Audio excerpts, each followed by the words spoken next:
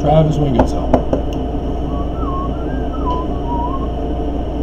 Alright, so as promised, we'll go over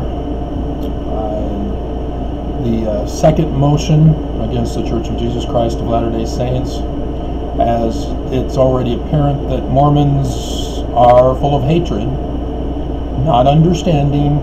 I'm Mormon, born and raised, 50 years, and the church pushed too far. Just like the cops have pushed too far in America, just as the governors have pushed too far in America, just as the attorney generals have pushed too far in America, etc. Just as the church. White supremacy will be brought down. White supremacy is the kingdom of Lucifer. If you're not familiar with the kingdom of Lucifer, Mormons, I suggest you refer to your Book of Mormon. And you can also refer to Moses chapter 4, verses 1 through 4. And if you still can't figure it out from reading, pondering, and praying, I recommend you study. A novel concept. Study to gain knowledge. Wow. Alright, so in this one, this is the second disbarment motion against the lawyers. And this is all pivotal. One is leading to the other. The previous one I did yesterday was to strike the defense counsel's motion to dismiss. And in that one, to sum up, they got a hold of my original filing and went off of that to make their claims. When, if they had paid attention, the docket makes it very clear that that case was denied, and I was told to file an amended complaint. And so the church lawyers never received or were served the original complaint. And I had served them the amended complaint, of which they acknowledged in their motion to dismiss that they had indeed possessed it. They had been served. That's what they are declaring. And I had to point out to the judge, she denied the entry of default, as the defense attorneys for the church were 24 days late. Now, there's nothing I can do about that because the judge made an order denying it. But I reminded her, and it's going to come up in the final judgment motion that I will do after I complete this one. Because I'm going to remind Judge Oberg, I'm well aware of how she got her job, and that she owes them a favor, though, in order to keep her job, unlike Judge First, who was fired for going against the church.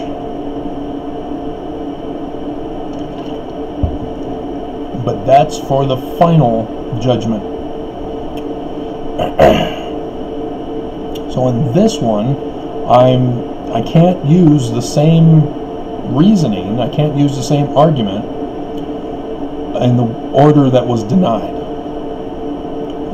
So I have to come up with a whole new reason as to why the judges or the lawyers for the defense are to be disbarred and disciplined with prejudice. Yeah, with prejudice. And that other one has made it on there with prejudice, so we're going full force. Now, because the judge denied the previous motion that I sent, I now get to do these. And this is a stronger case because of what Judge Oberg did, because it meant that I had to actually reply to the motion to dismiss. And as we went over, they blew it bad. And that's part of the problem, is that they confessed to knowing about the amended lawsuit, and yet they still talked about the original. And that was their whole reply for their motion. Their whole argument was based on the original filing, which had already been dismissed. And so now we get to go after them to have them disbarred and disciplined. And so the first thing I need to establish, and this is not the finished product. This is video where we go over it as I let you in on the process. And then when I finish it, after this video, clean it up, organize it, then I'll do a reading of it, and then I'll email it before I upload it,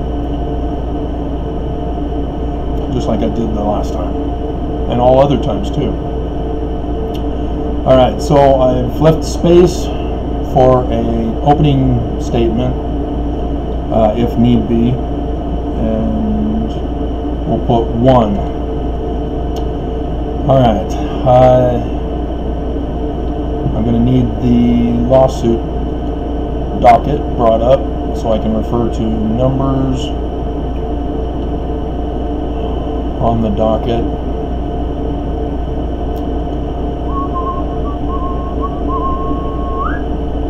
Okay, nothing new has been added. So Judge Oberg has not, as of yet, given any orders. Alright, so also to let you know, I'm going to take from the first motion that I sent yesterday, and then, yesterday, and then also transition into the next motion for the final judgment, so that they all work together as one, though I'm keeping them separated. And it still should be sufficient, even with the judge trying to deny the orders. And she can't, because I'm using factual information here.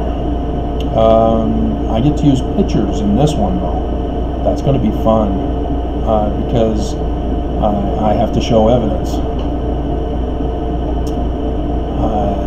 And the evidence was originally going to be used in the case for when the case proceeds to a trial. There's an evidentiary hearing that's supposed to take place, where I then present the evidence list. You're familiar with Gaddy versus COP with Kay Birmingham. She was denied, and so she had an opportunity without prejudice to refile, and she submitted the new evidence list. Okay, so we need to remind the judge about the previous one, and it's going to require us to open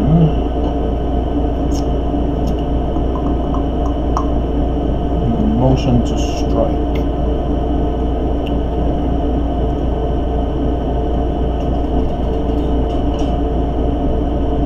So in the conclusion, I think, let's see, accordingly, as the defense counsel admits to recognizing and therefore being served with the plaintiff's amended complaint, but failed to reply and respond to all those allegations contained therein, Rule 8(b)(6) establishes that the defense counsel is therefore admitting guilt on behalf of their client for all of the plaintiff's allegations contained at 46 total counts. Okay. I took notes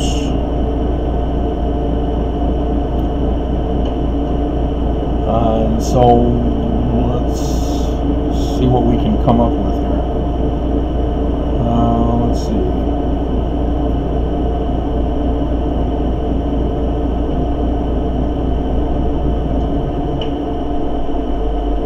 As revealed in,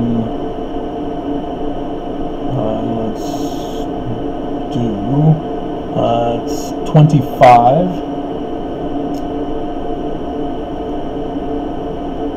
As revealed in the plaintiff's motion to strike, and then we do brackets 25 motion to strike.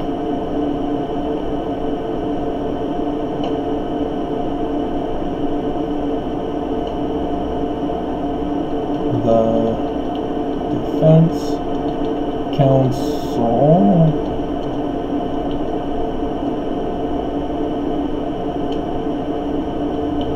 received the plaintiff's amended complaint.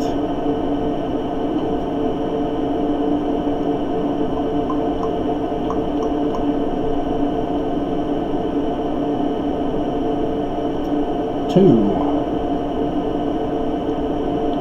as revealed in the plaintiff's motion to strike, 25, motion to strike, ... The defense counsel also had obtained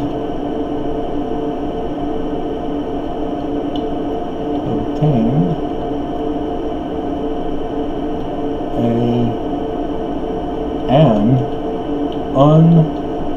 unserved copy of the plaintiff's original complaint, which was denied by Judge First. Brackets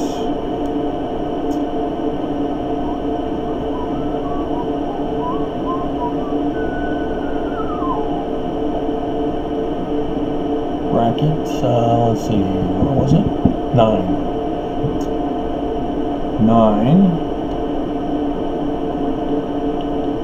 Minute entry. ...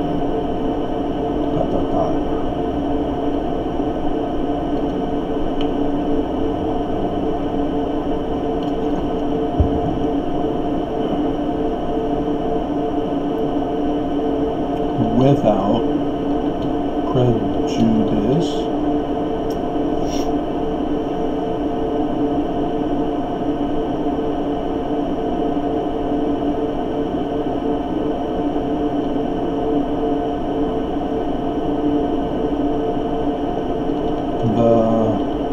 plaintiff, this is number 3, plaintiff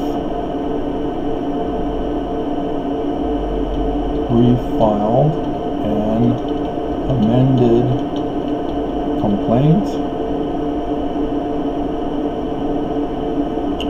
and that was 10 amended complaint. 10 amended complaint.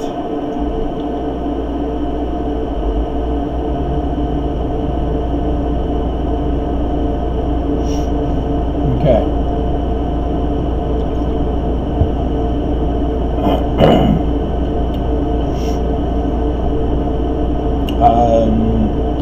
Now I've set up the initial framework.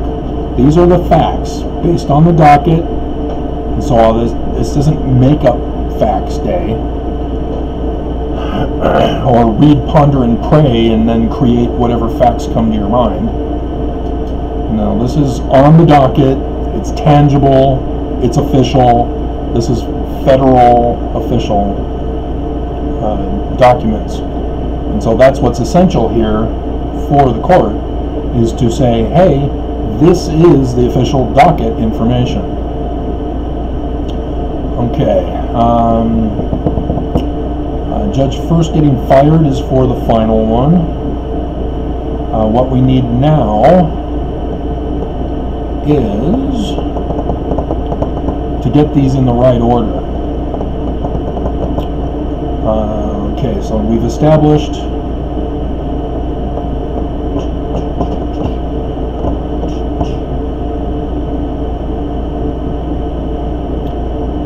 so we can conclude that the defense counsel is aware of the docket, or can we? How did they get it?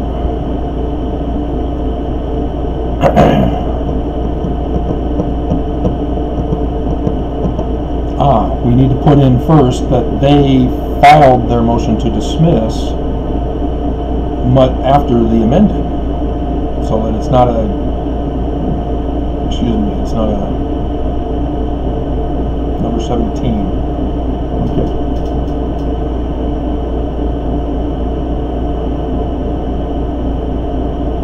The defense counsel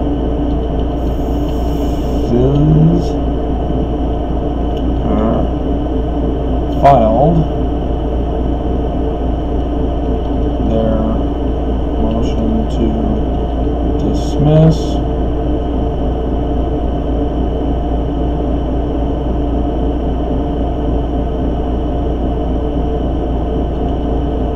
after the plaintiff's amended complaint was filed. Bracket 17, motion to dismiss, dot. Okay.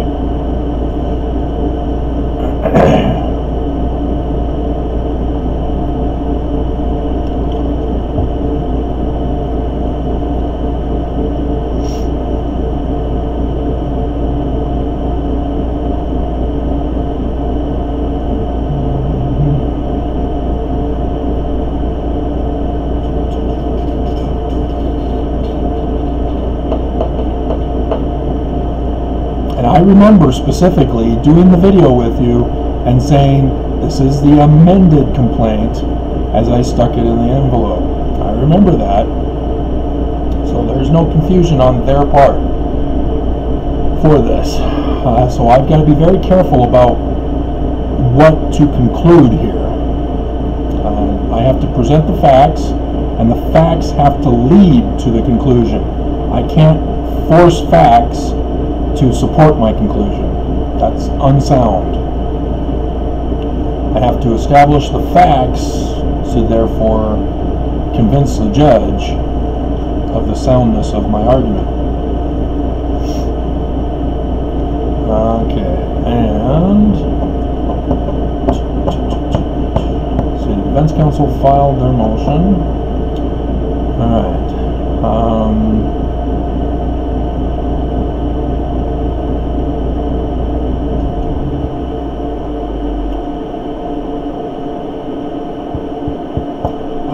That's right.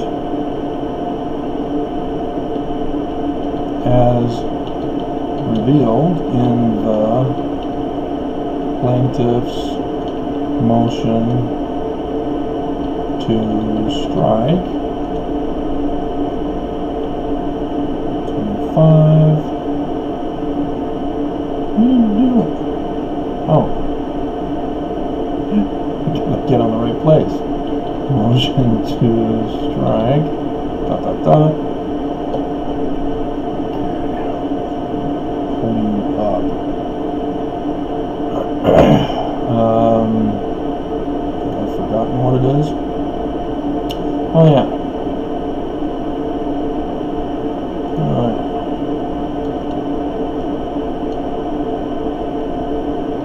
The defense counsel admitted to their client's guilt by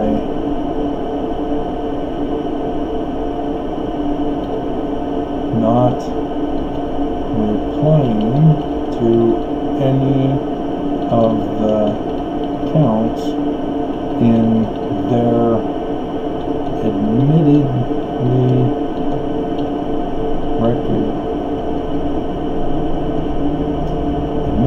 recognized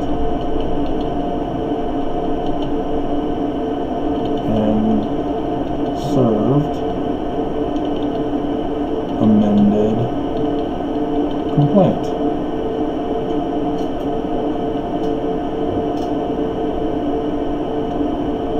And that's Rule 8B6.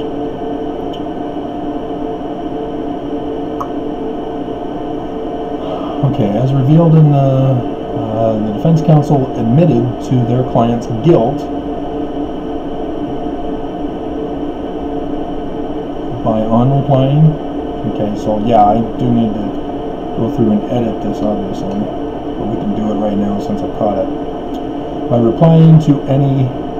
By not replying. Oh, that's where we're supposed to be. By not replying to any of the court counts in their admittedly recognized and served amended complaint.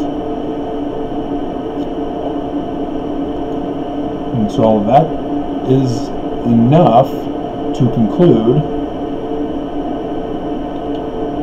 therefore, the defense counsel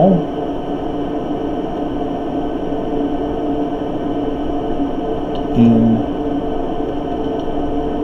pleading guilty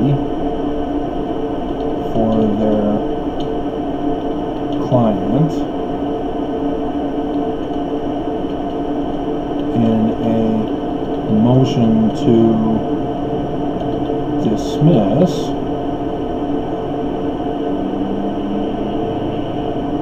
about denied complaint they were never served,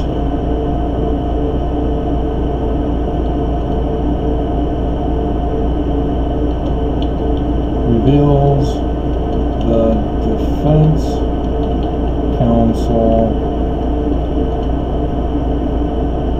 is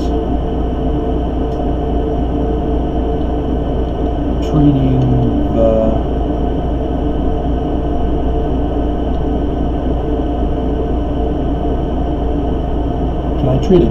can they treat the case with contempt, or is it just the court? I need to focus on the court more than on me. Treating the court with contempt.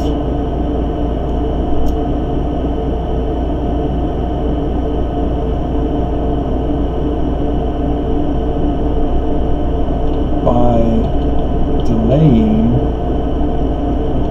the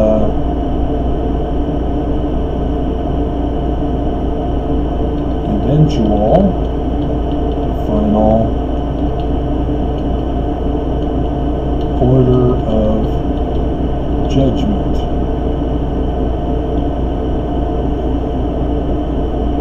Because that's what happened. They received my amended complaint, yet they filed an eventual motion to dismiss of the original complaint that they never received,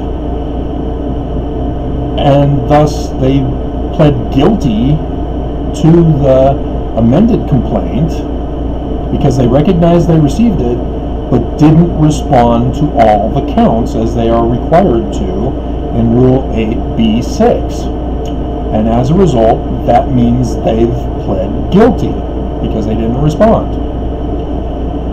And so because they responded to the old complaint, which has already been dismissed, it's not an issue anymore, they accepted the guilt of their client, but in so doing, they did it in a motion to dismiss with prejudice, mind you. I need to put that in there. In a motion to dismiss with prejudice. With prejudice. Because with prejudice means that they're asking the court to dismiss my case, which they've confessed their client is guilty of, so that I can never file against their client ever again. You see how they're holding the court in contempt by filing a motion to dismiss, admitting their client's guilt, and saying we don't want this plaintiff to ever file again.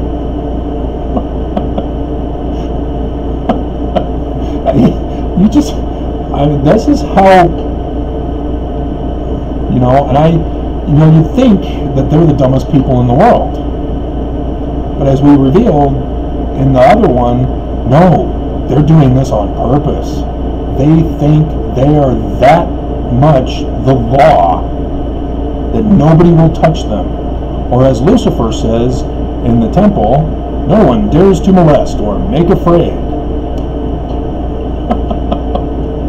And so here I am, contempt of court accusations here.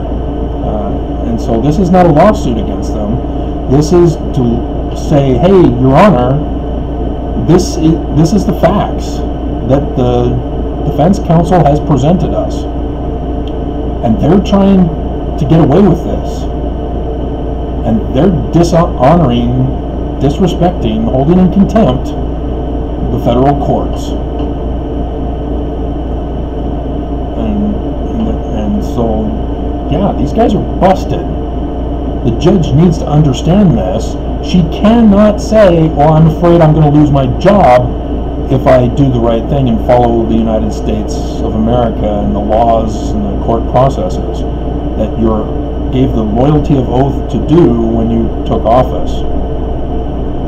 You can't do the church a favor, though, to keep your job to the United States. It's not how it works. At least not yet. Trump hasn't completely converted the whole America. Utah maybe, but that's not how it's supposed to work in what we were supposed to have as a government. Alright, so that's the first one. There's others that are involved here.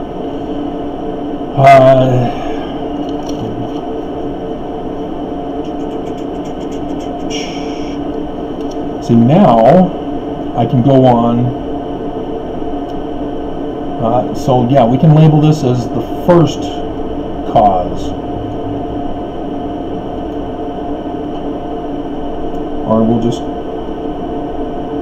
title it Argument 1.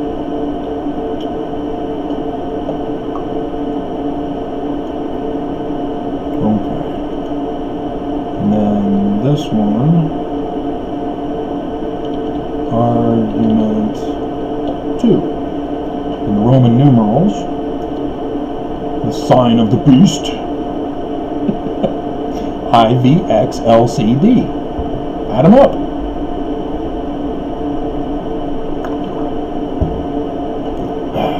Alright, so 1.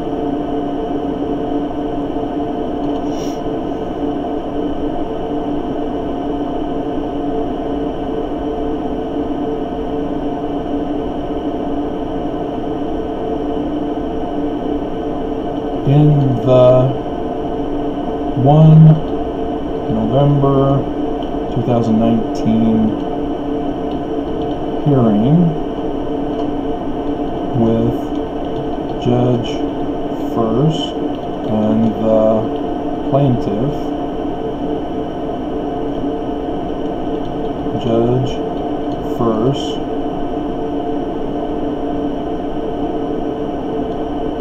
denied the original complaint,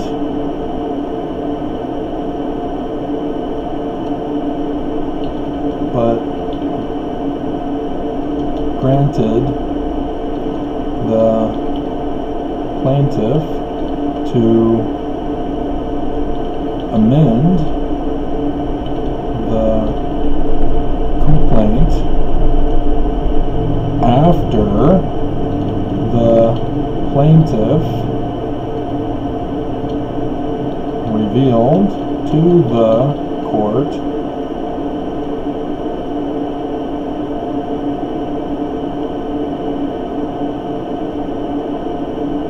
that the defendant had been paying Dr.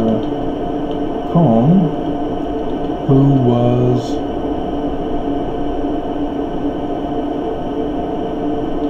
responsible for disappearing the plaintiff in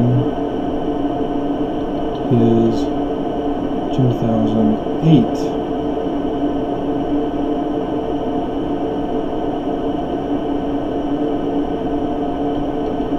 arrest.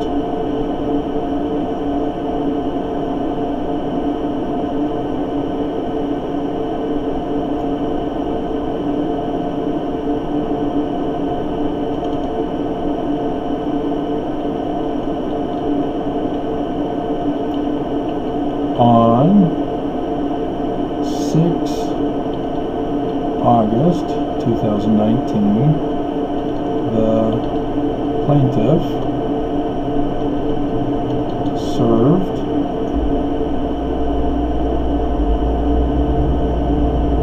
a petition for a redress of grievances with the governor and attorney general at the state of Utah capital.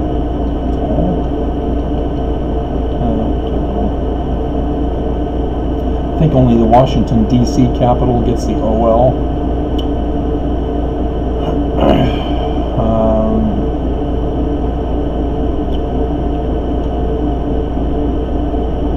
And the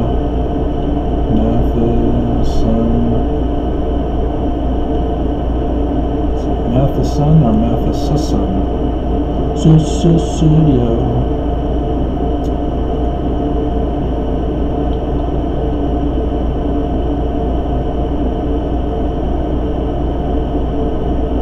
Matheson, yeah, just one S and one T. Looks like 10. Okay. Come on.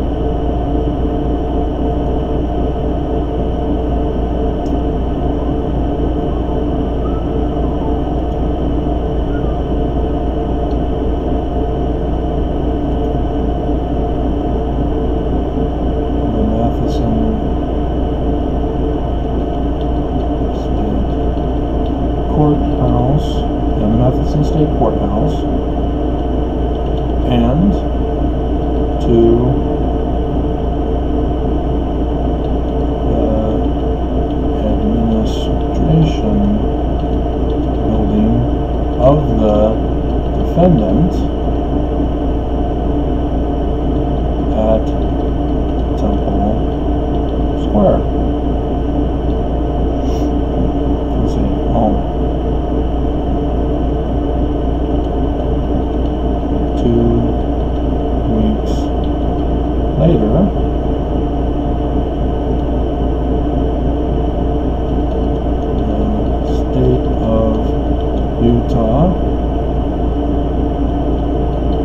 arrested the plaintiff, charged him with 3 counts of terroristic threat,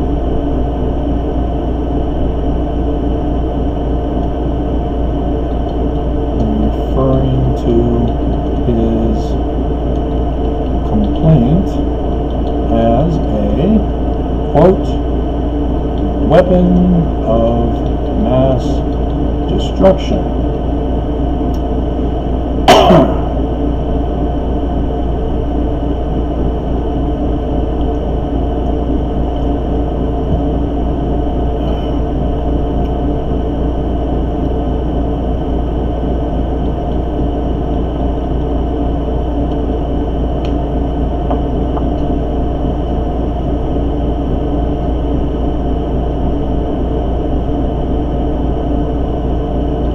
This information is contained in the amended complaint,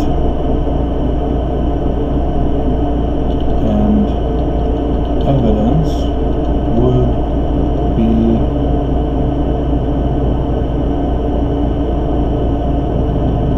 listed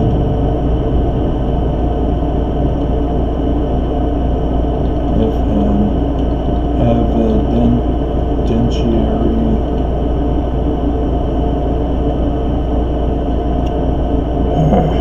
doesn't recognize the spelling.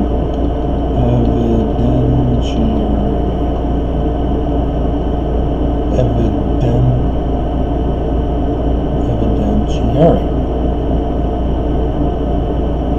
Okay, so I spelled it right. Just Word does not recognize it.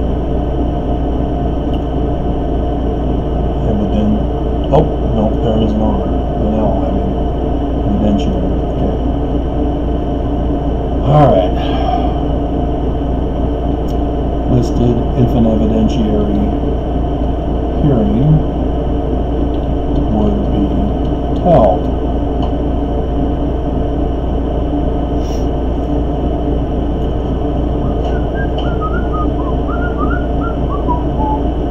Let's see, let's see. Dr. Cohn was ordered by Judge Treese to evaluate the plaintiff for competency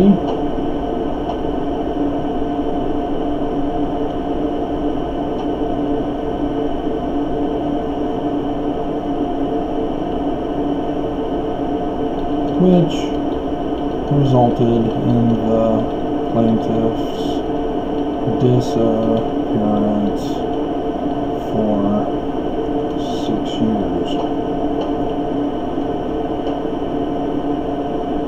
As no trial was held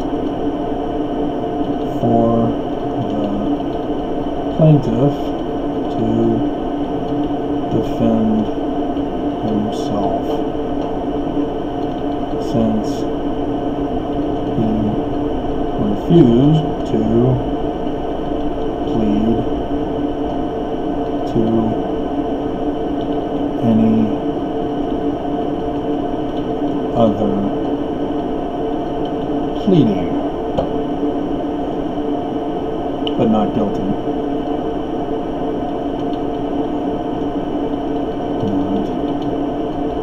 Guilty.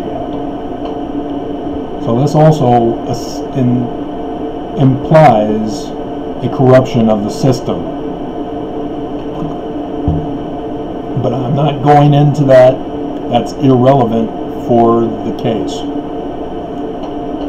This is one of the premises that's going to lead to the conclusion of the dismissal and disbarment.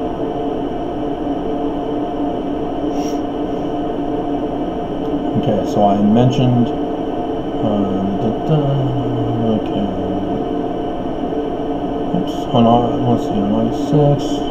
Dr. Cohn, who's responsible, had been paying Dr. Cohn.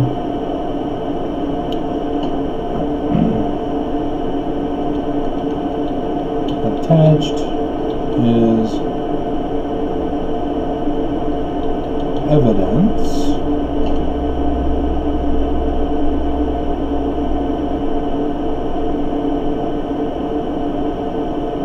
from Dr. Cohn's website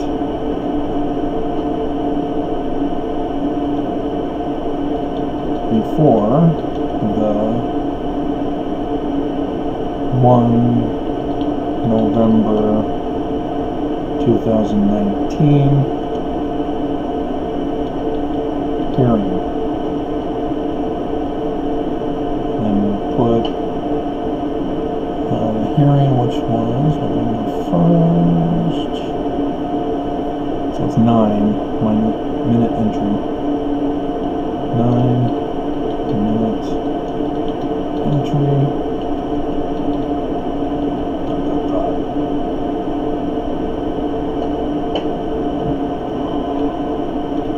Showing the defendant as the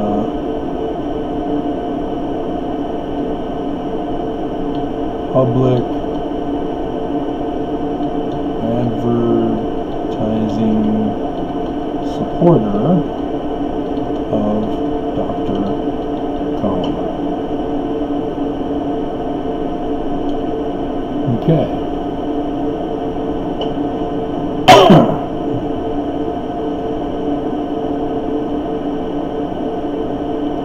In the plaintiff's second motion for service,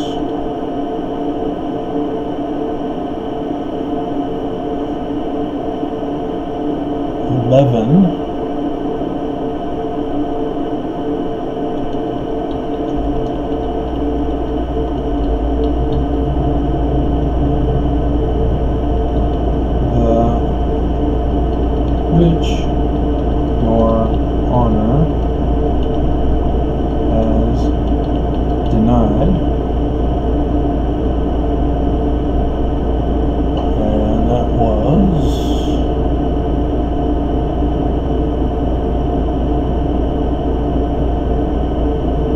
24. No.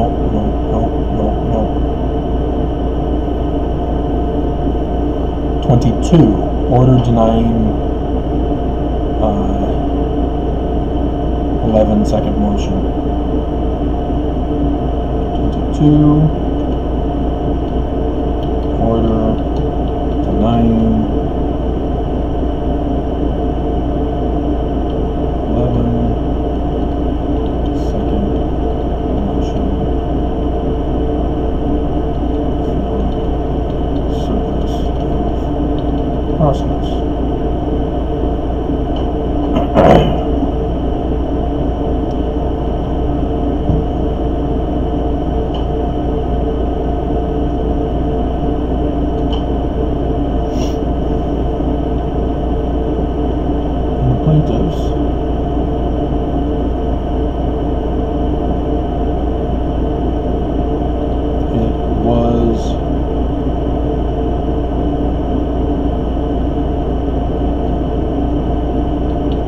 Evidence was presented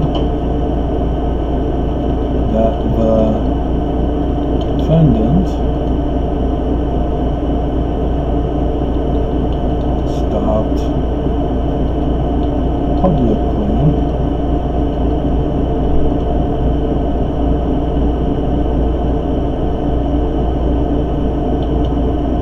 advertising for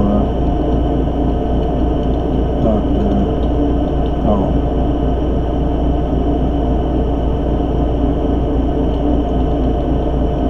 Attached is the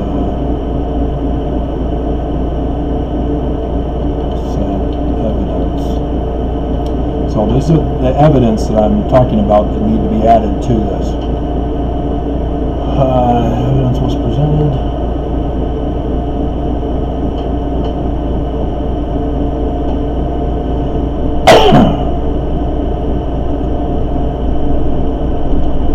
After the 1 November 2019 hearing. Okay, you see where this is going? We are going to talk about not just the commission of a crime and the covering up of evidence, so evidence tampering. Let me make sure I get that right. Tampering, but also money laundering. I think we can call it money laundering because they're using advertising to cover up the dirty money.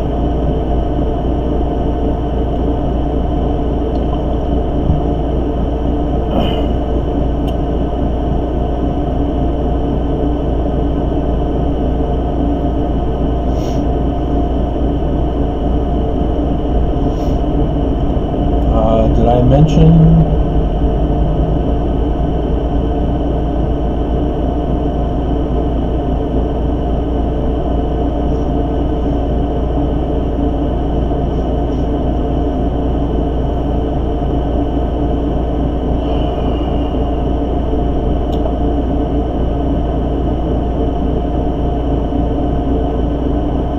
in argument 1. Hold on a second, let me check something for Russ.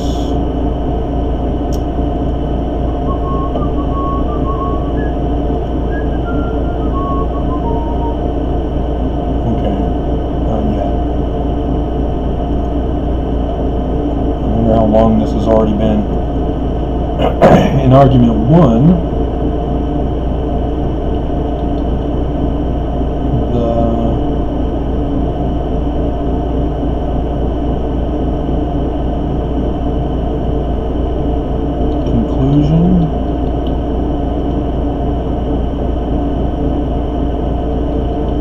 established that the defense counsel 1 knew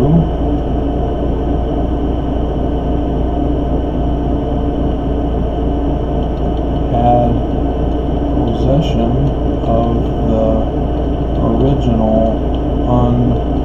unserved complaint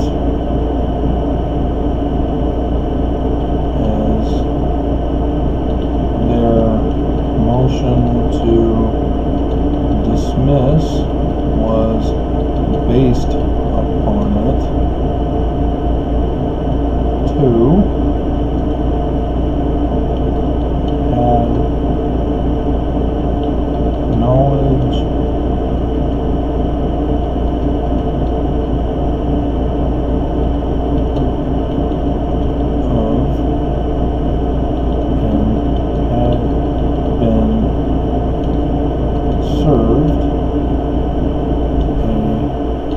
copy of the amended complaint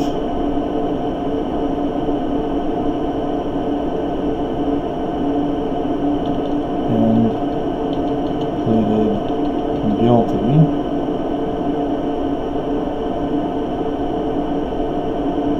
for their client. 3,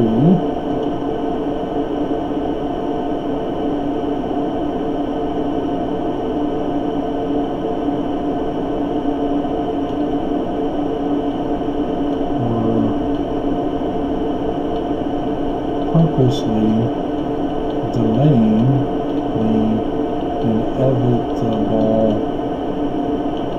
order of judgment against their client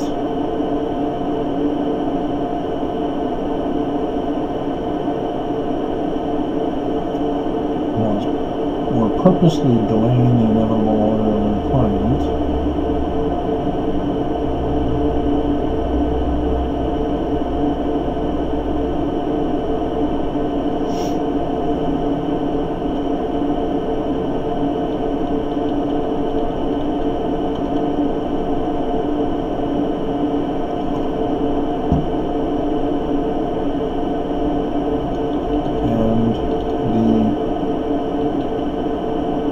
Appearance and timing of the defendant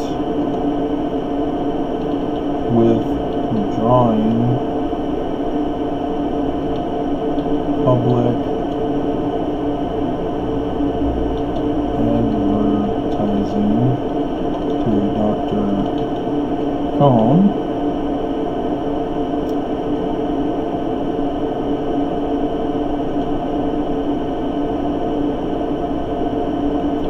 implicates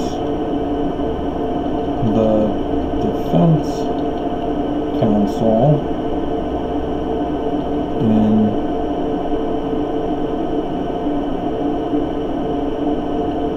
informing the plaintiff's amended complaint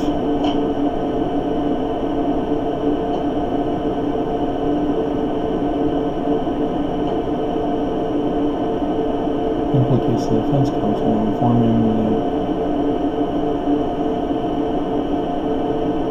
informing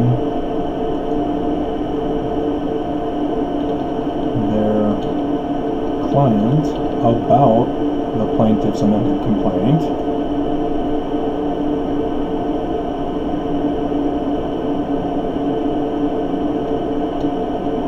resulting in the tampering of evidence. See how that worked?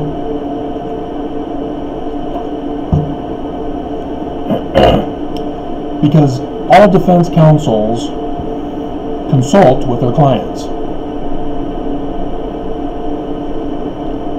I have set it up to show that the appearance and timing alone implicate the defendant in the commission of a crime.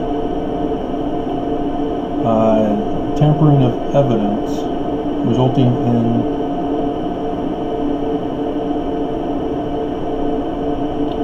the commission of a crime. The commission of a crime.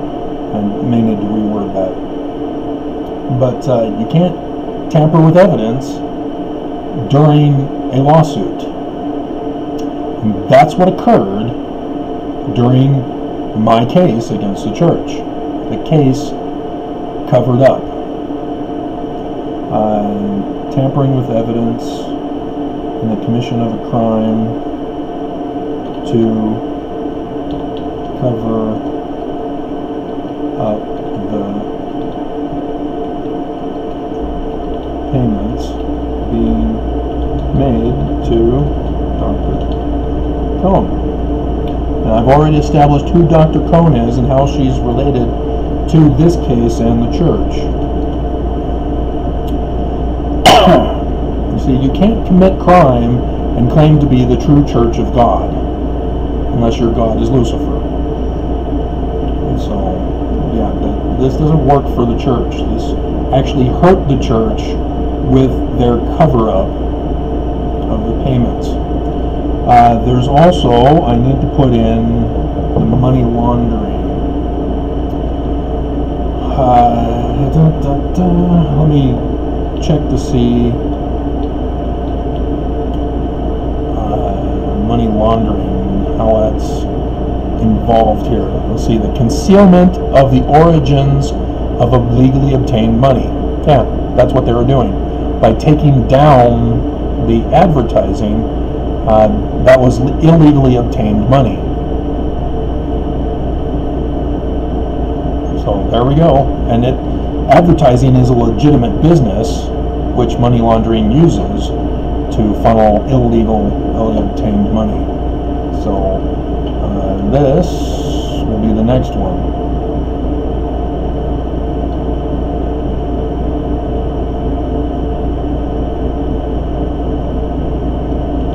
The defendant, after being informed by legal counsel about their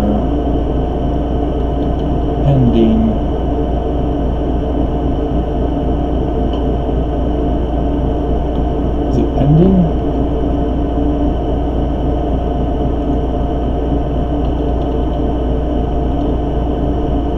awaiting decision, yeah.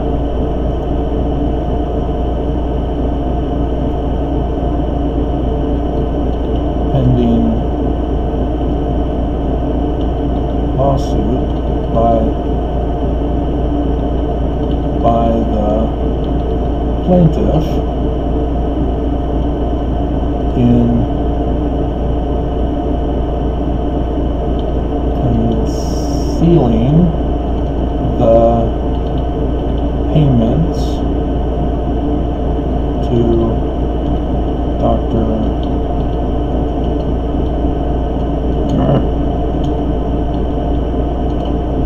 Cohn, concealing the payments to Dr. Cohn through the legitimate business of advertising, concealing the illegal or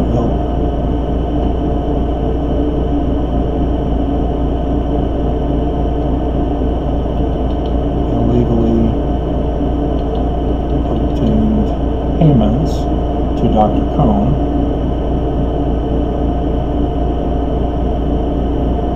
through the legitimate business of advertising,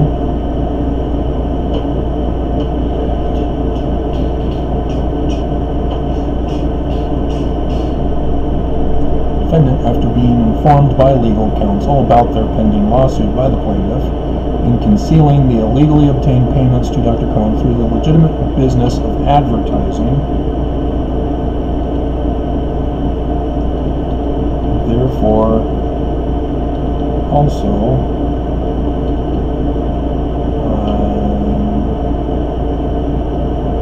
committed the crime of money laundering.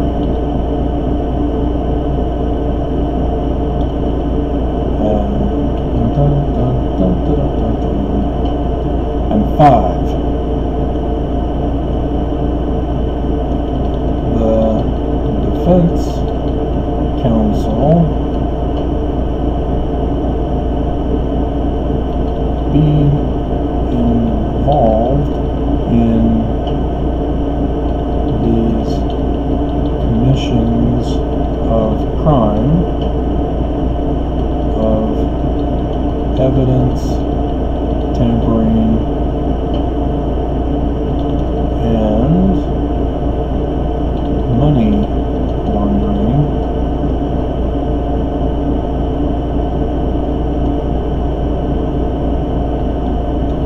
become equally guilty of the crimes committed by their client. See what's going on here? This is the church claiming to be the Church of Jesus, and they're involved in money laundering and evidence tampering. And I'm not done. I've got one more to go over with you, and that's death threats. This is your church, Mormons. Your church is involved in severe, serious crimes. And so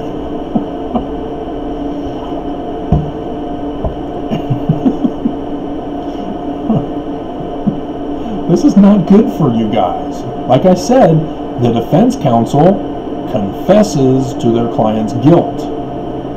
And just here, this is about the defense counsel and their involvement with the crimes of the church. See, this is not my case. The case is the money laundering and evidence tampering by the defendant. This is only the involvement of the lawyers. And so I don't know, I'm not sure if I have to put in a clarification or not. I'll figure that out when I go over it. Let me check again for Russ.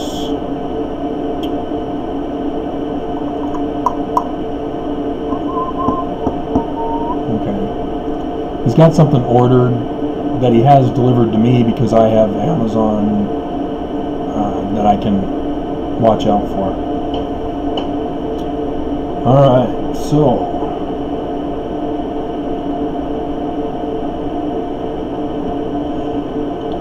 argument 3.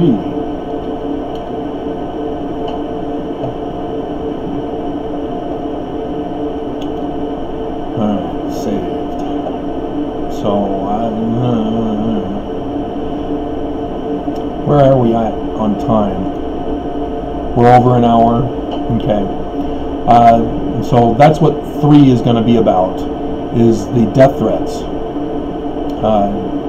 Because I'm going to now show that this pattern of delaying and committing crimes during this process, and my case dealing with the Knights Templar of the founders' Freemason origins.